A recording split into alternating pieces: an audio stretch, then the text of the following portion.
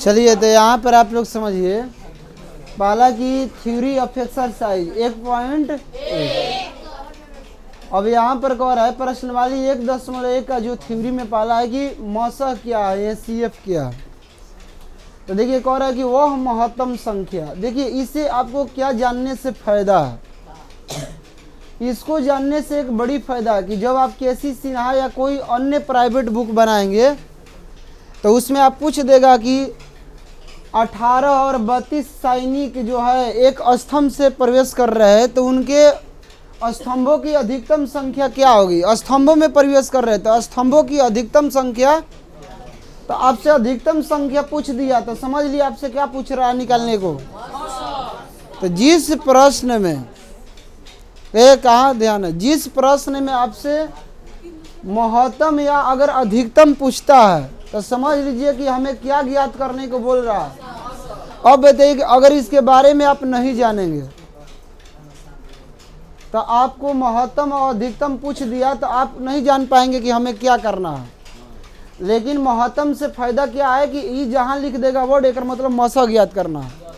तो वह महत्तम संख्या जो दी गई सभी संख्याओं को क्या करता है, विभाजित करता है, तो उसे मौसा कहते हैं।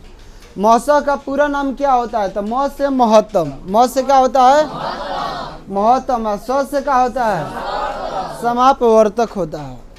अब इसको इंग्लिश में हम लोग CF बोलते हैं। तो H से क्या होगा हाईएस्ट, C से क्या होगा कॉमन, F से क्या होगा factor, highest common factor. Highest का मतलब होता है महत्तम, सबसे ज़्यादा।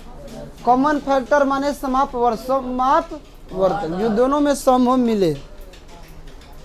अब यहाँ पर जैसे में देखिए 4, 6 और 12 का मौसा क्या होगा, 4, 6 और 12 का मौसा। तब सबसे पहला बात रहा कि 4, 6, 12 किससे कटेगा, तो 4, 6, 12 1 से कट जाएगा और 2 से कटेगा, और कुछ ऐसा वर्ड नहीं है जिससे तीनों कट जाए।